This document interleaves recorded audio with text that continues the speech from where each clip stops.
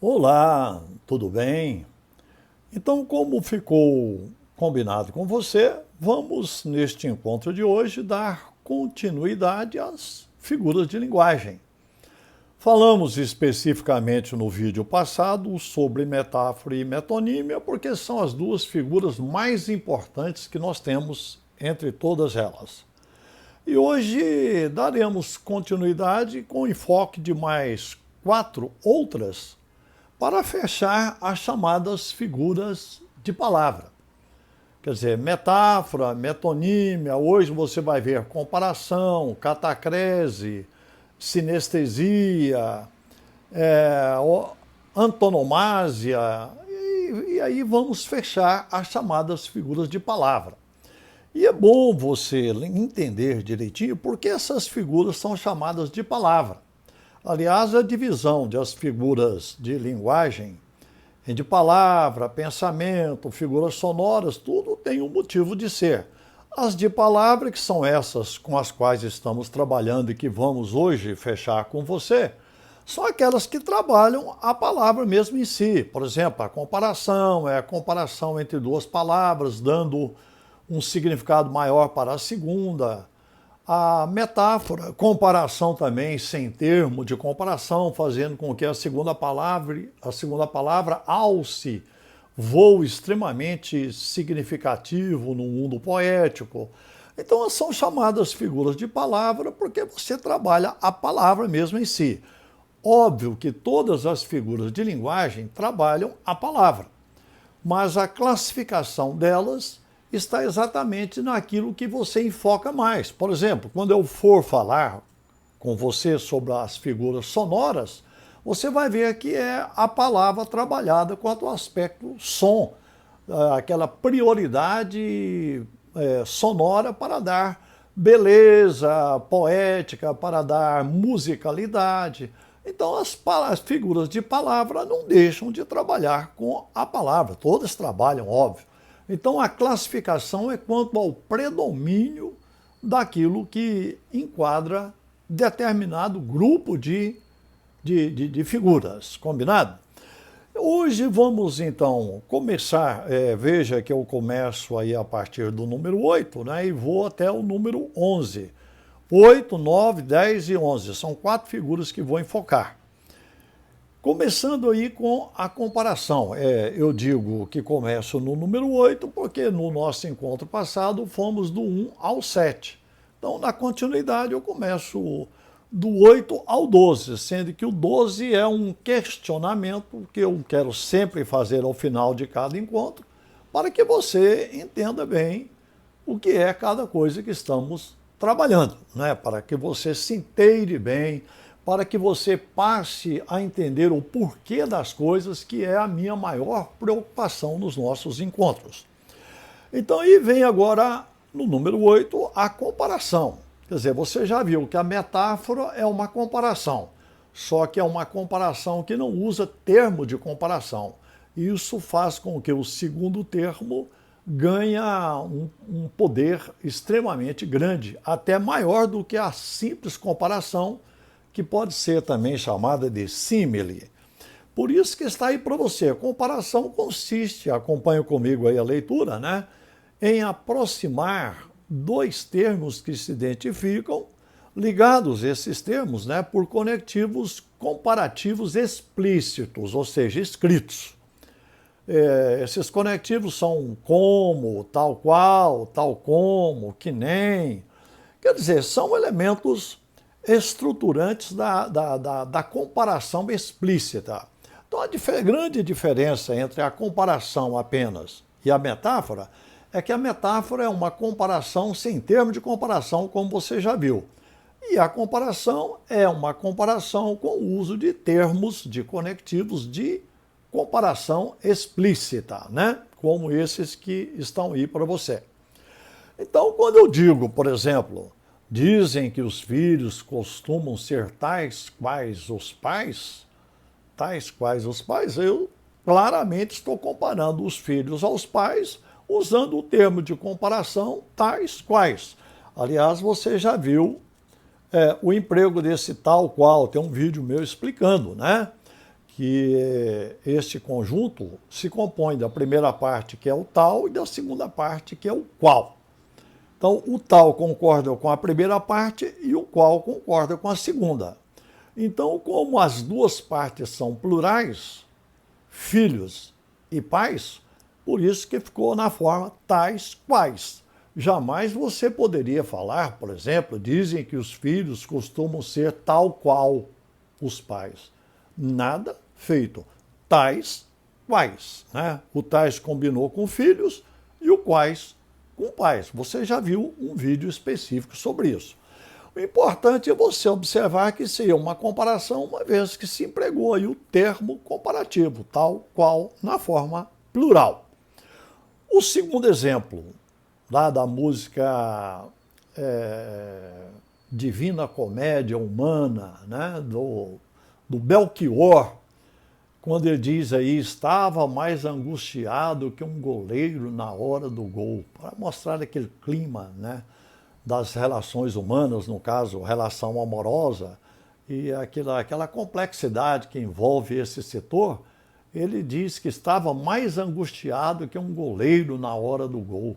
Olha, mais que, o termo de comparação e mais que, né, nós podemos ter o mais que, o menos que, né, são termos comparativos. Então, por isso que isso é uma comparação. Quer dizer, aí o poeta, o autor, Belchior, compara a sua pessoa, né, eu estava mais angustiado, compara com um goleiro. Então, a comparação clara por meio de um termo de comparação, mais que. Então, isso é que é a comparação. Né? Bastante claro isso aí, não tem segredo não, e fácil de você entender. Agora vem a catacrese. O que é uma catacrese aí no número 9? Está aí para você escrito, que é o emprego de um termo no lugar de outro. Olha que curioso. Dada a inexistência de uma designação apropriada. Por isso que eu coloco na observação que a catacrese, costuma se chamar a catacrese de uma metáfora pobre. Aliás, basicamente todas as figuras vão cair na metáfora e na metonímia. Por isso que eu fiz questão de gravar um vídeo específico sobre metáfora e metonímia para você, que é o nosso vídeo passado. Por exemplo, a catacrese vai cair no campo da metáfora, porque é uma comparação. Só que não é aquela comparação enriquecedora como é a metáfora tradicional. É uma metáfora assim pobre, né? Por falta de expressão apropriada para você designar as coisas. Como está aí bem escrito para você, bem caracterizado no que é uma catacrese. Então, quando você fala, por exemplo, esse conjunto é o pé de cadeira, perna de mesa, céu da boca, veja que você está comparando, por exemplo, quando você fala pé de cadeira, você está comparando o pé humano de um animal, sei lá o quê, com o pé daquela cadeira. Quer dizer, falta aí uma expressão adequada para você chamar aquilo. Assim como quando diz perna de mesa, você está comparando a perna humana, ou mesmo de um animal, com a perna da mesa. Então é falta de uma expressão apropriada. Então, por isso que se costuma dizer, é claro que quando você fala pé de cadeira, perna de mesa, céu da boca, tudo isso é uma comparação. Só que é uma comparação pobre. Por quê? Porque, na verdade, ela foi usada por falta de uma designação apropriada para esses termos, para essas expressões. Por isso que costuma-se dizer que a catacrese é uma metáfora pobre. Quer dizer, você faz uma comparação porque você não tem alternativa, né? Quando, na verdade, a metáfora é uma comparação que você faz por uma escolha poética, por uma seleção de pensamento de grande poder, e a catacrese é mais por miséria da língua. É interessante lembrar que nem sempre a língua tem todos os elementos para atender ao que determina o pensamento. Óbvio que o mundo do pensamento, o universo do pensamento, às vezes não se encaixa bem no mundo das palavras, das construções. É por isso que você tem que conhecer muito a sua língua para diminuir esse conflito entre pensamento e palavra.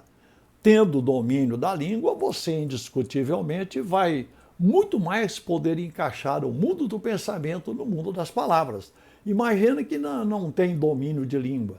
Se já transformar o pensamento em palavra é difícil para quem tem domínio, imagine quem não tem domínio. Aí fica praticamente aquela coisa complicadíssima, né? A pessoa não consegue se expressar.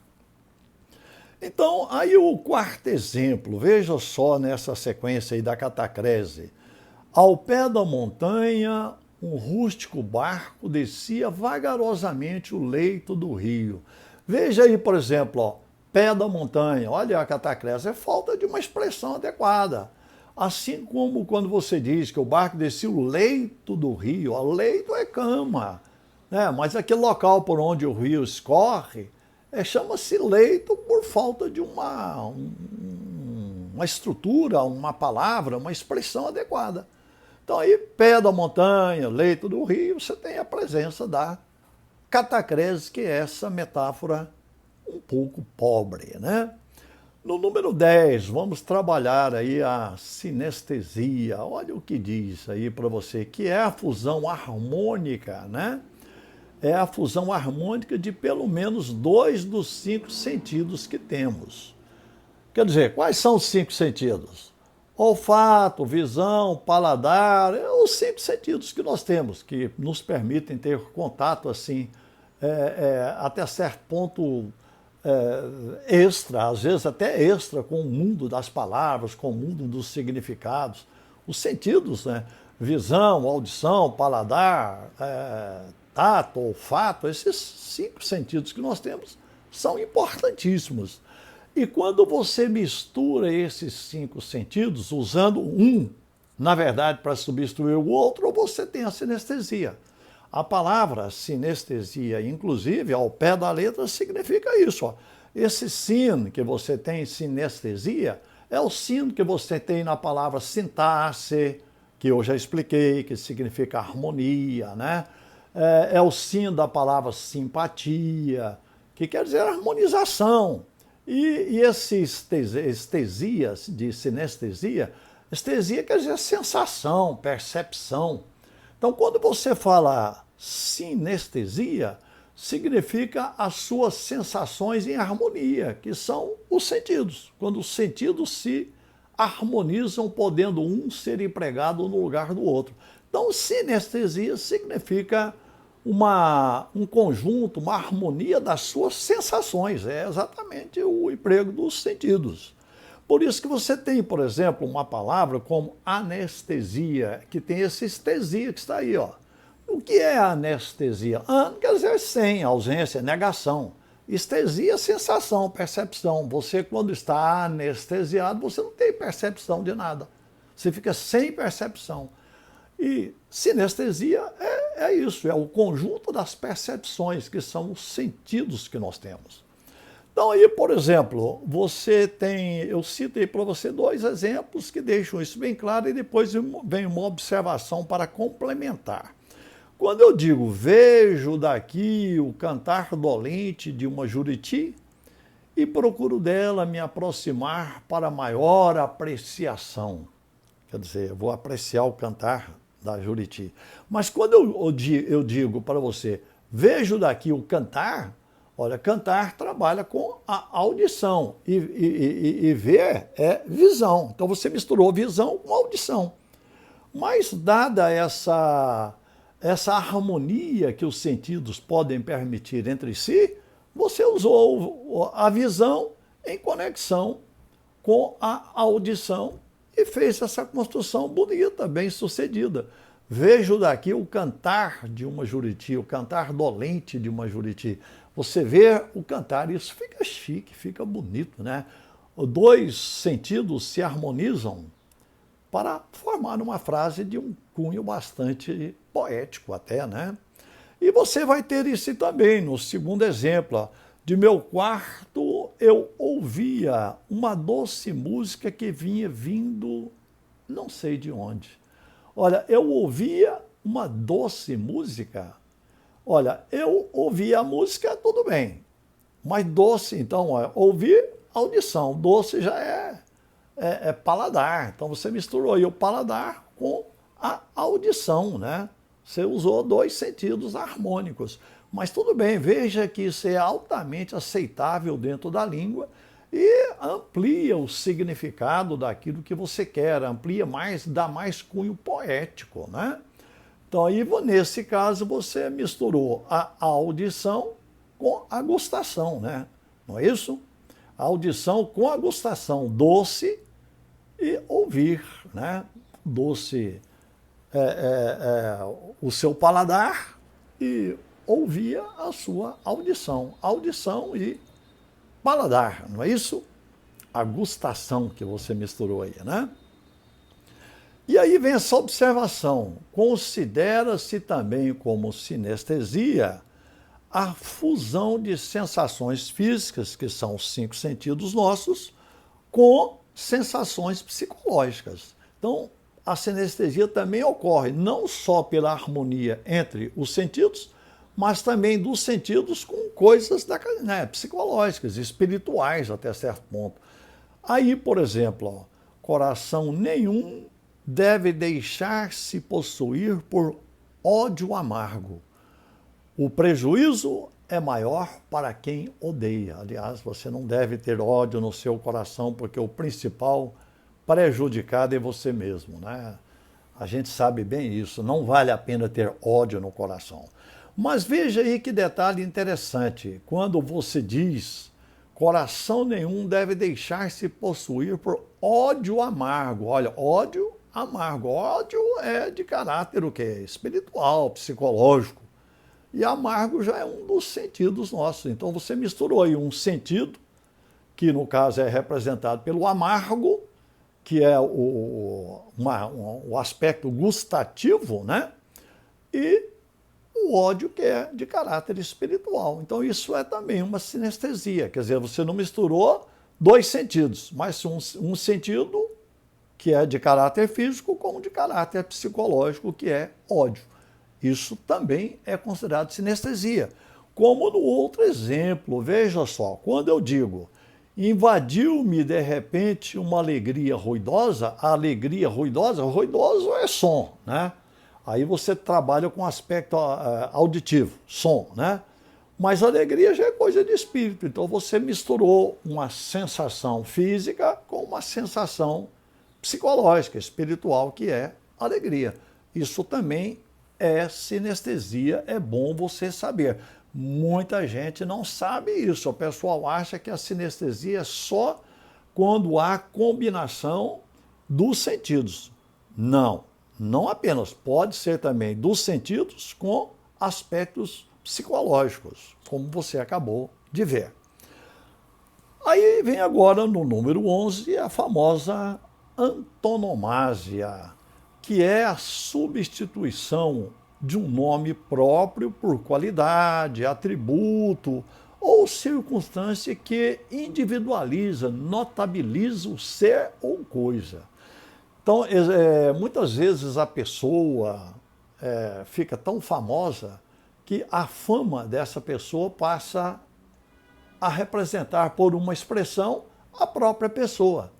Quando você fala, por exemplo, o rei do futebol, olha, sabemos que é o Pelé.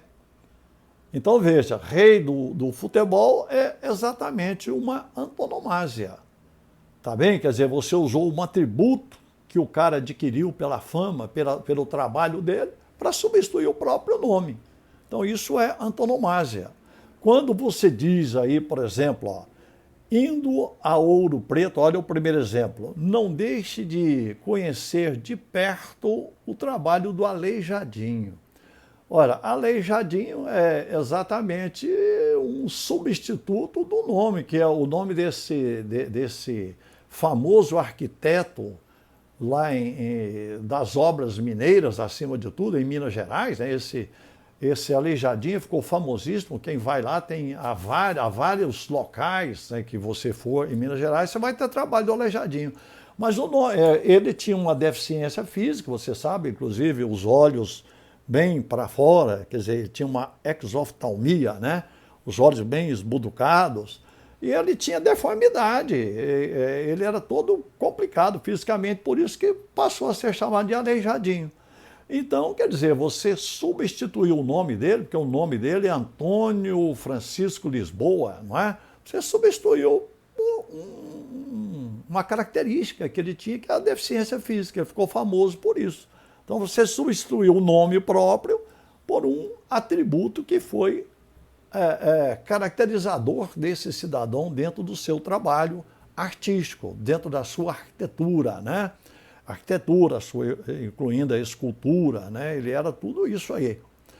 Então está aí, Aleijadinho, sem dúvida, uma antonomásia, né? Então o que é antonomásia? Você repete lá, ó, repete comigo a leitura. É a substituição de um nome próprio, no caso de Antônio Francisco Lisboa, por qualidade, atributo, né, ou circunstância que individualiza, que notabiliza esse ser ou coisa. Pode ser uma coisa, não precisa ser um ser humano, não. Como, por exemplo, o próximo caso. Lamentavelmente, aos que vão à Europa e voltam sem conhecer a Cidade Luz. Então aí você, Cidade Luz, você sabe que é Paris. Por que Paris é Cidade Luz? Porque é uma das primeiras cidades, né, um dos primeiros locais da Europa que veio a ser iluminado, né? Esse lugar veio a ser iluminado. Tá? E além do que também ali foi o berço do iluminismo, da cultura, né? Quer dizer, daquela cultura. Então é conhecida Paris não só pelas luzes materiais, como também pelas luzes culturais. Lá sempre foi berço da cultura, sempre foi referência e ainda é até hoje. Então você substituiu Paris, que é uma coisa, é o nome de um lugar, por Cidade Luz, que é uma característica que notabilizou esse lugar, ou seja, Paris. Então isso é antonomásia. Aliás, olha, é muito importante você, assim que puder, entender ao pé da letra o que significam os nomes. Por exemplo, antonomásia, esse onomásia de onoma, quer dizer nome, né, em grego. E esse ante de antonomásia, esse ante aí você conhece mais com sentido de contrário, de oposto, né?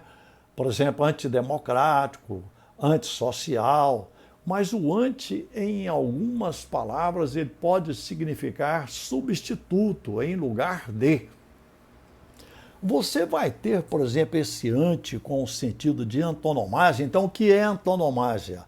É um nome substituto de outro. Quer dizer, você substitui o nome próprio por atributos, por características que notabilizam esse ser. Então, é uma substituição de nome. Veja que até certo ponto é uma variante da metonímia, porque você usou um nome no lugar de outro. Está bem? Então, como eu disse, quase todas as figuras vão cair dentro da metáfora e da metonímia, quase todas. Por isso que metáfora e metonímia têm importância que eu quis mostrar para você no vídeo passado, está bem? Então, antonomásia, esse onoma que deu omásia, quer dizer nome. E esse ante significa, na verdade, em substituição, no lugar de. Você vai ter esse significado, por exemplo, na palavra anticristo. Filosoficamente falando, e até dentro do aspecto religioso, anticristo, tem muita gente que acha que esse anti quer dizer contrário, ele é contrário de Cristo. Não é bem isso, não. Anticristo, esse anti aí, não é contrário, não. Até porque o próprio Cristo disse que viriam falsos profetas para falar em nome dele. Então, esse anti de anticristo, quer dizer, é aquele que se diz substituto. Então, o anticristo é aquele que é o próprio, que diz que é o próprio Cristo, que ele representa o Cristo. Então, ele se considera um substituto de Cristo. Então, esse anti aí não é contrário, ele não é contrário a Cristo. Tanto é que o anticristo trabalha com altas ideias, com altas colocações, como se ele fosse um Cristo. Então, ele não é contrário ao Cristo, pelo contrário, ele usa aquilo que Cristo usou de uma forma maléfica, de uma forma matreira, né? Mas veja que esse anti não dá ideia de contrário, ele não trabalha contra o Cristo, ele trabalha com o poder de Cristo, só que de forma falsa. Então ele se diz um substituto de Cristo, Isso foi o que Cristo falou, os falsos profetas, vários virão em meu nome. Então, entendeu? Então aí está a palavra antonomasia, que na verdade significa um nome que substitui o outro, o ante aí da ideia de substituição. Combinado? E agora vem o número 12, eu quero fazer uma conexão com o vídeo passado, enfocando um detalhe extremamente interessante sobre metáfora. Eu até não comentei esse detalhe no vídeo passado, mas faço esse arremate agora com você.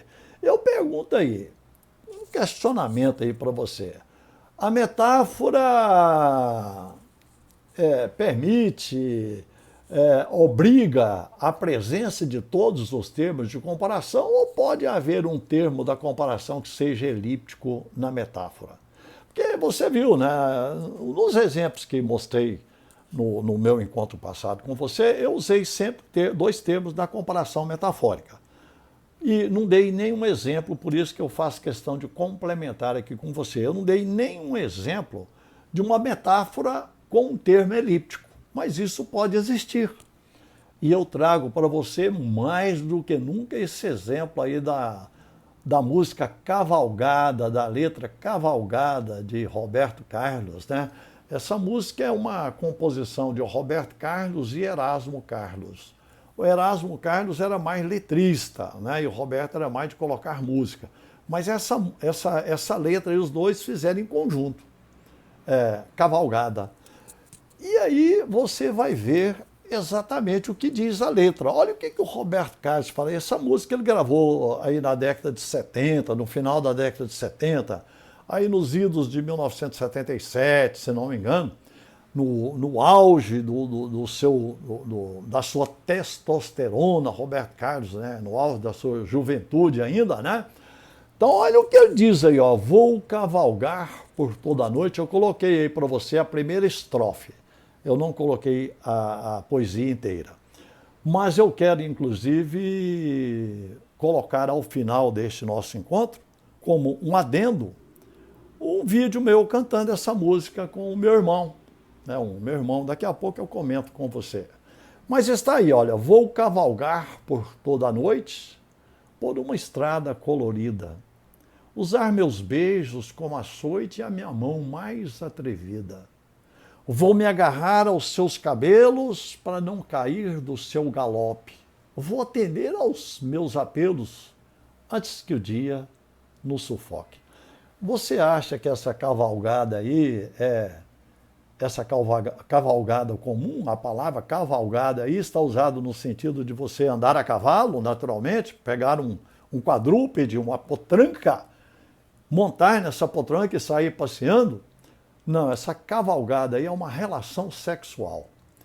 E você vai perceber nessa letra inteira que essa relação que ele mostra é aquela relação assim muito intensa, por isso que ele começa, vou cavalgar por toda a noite, quer dizer, uma relação que ninguém vai segurar isso aí, né? Por uma estrada colorida, quando você está tendo uma relação sexual, né, tudo fica maravilhoso, colorido, né? Usar meus beijos como açoite, quer dizer, não é aquele beijo carinhoso, veja que ele mostra uma relação sexual intensa, não é? Então, se você pegar o desenvolver dessa letra, ele compara essa relação sexual intensa que ele propõe na letra com você fazer uma cavalgada assim, mas aquela cavalgada mesmo para tirar todo mundo das suas casas para ver, né? E aí ele fala que ele vai usar os beijos como açoite, a minha mão mais atrevida, não é aquela mão assim, só para fazer carinhozinho, não, aquela mão assim é uma relação para valer mesmo. Aí, para não cair do seu galope, olha, ele compara essa relação que ele está tendo com você fazendo um galope violento numa potranca, né?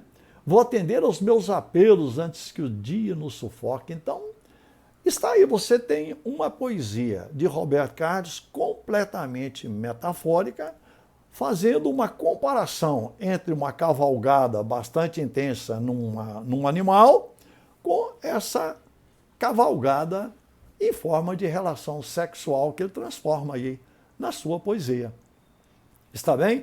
Quer dizer, você tem uma metáfora, mas você não teve dois termos de comparação. Um deles ficou elíptico. Você percebe qual é o termo que ficou elíptico, qual é a expressão que ficou elíptico, que seria, né, você cavalgar naturalmente com um animal, mas jogando essa cavalgada tanto no animal como na relação sexual que ele mostra aí, aquela coisa bastante intensa mesmo, né? Bastante intensa. Tanto a cavalgada, não é um passeiozinho qualquer, é uma cavalgada bastante brava, como a relação sexual cheia de testosterona e de vontade de arrebentar. Está aí. Muitas vezes eu vivo falando que é muito importante você se preocupar com aquilo que está escrito. Porque muitas vezes você vê uma coisa, ou olha só, você vê uma coisa, ouve uma coisa e não sabe bem de que se trata. Eu acho isso muito triste. E aí agora, como bônus para você, vai o meu vídeo cantando Cavalgada com meu irmão Valdemar, apelidado de Pardal, que é o único dos cinco irmãos que nós tínhamos na Irmandade de 8. Eram 3 mulheres e 5 homens. Dos 5 homens morreram 3. Ficamos eu e esse meu irmão, pelo qual eu acho que redobrei o meu carinho, porque é o único que restou dos 5 irmãos, como diz o pessoal, os 5 irmãos homens, né? Até uma redundância, ou uma incoerência, poderia dizer. Mas não, nesse contexto é necessário, porque se eu falo 5 irmãos, podem existir mulheres no meio. Então é bom falar aí, nesse caso, 5 irmãos homens. Nós ficamos eu e ele. Um abraço para você, curta aí a nossa música e, se puder, passe para frente esse nosso trabalho para quem você achar que mereça. Um grande abraço.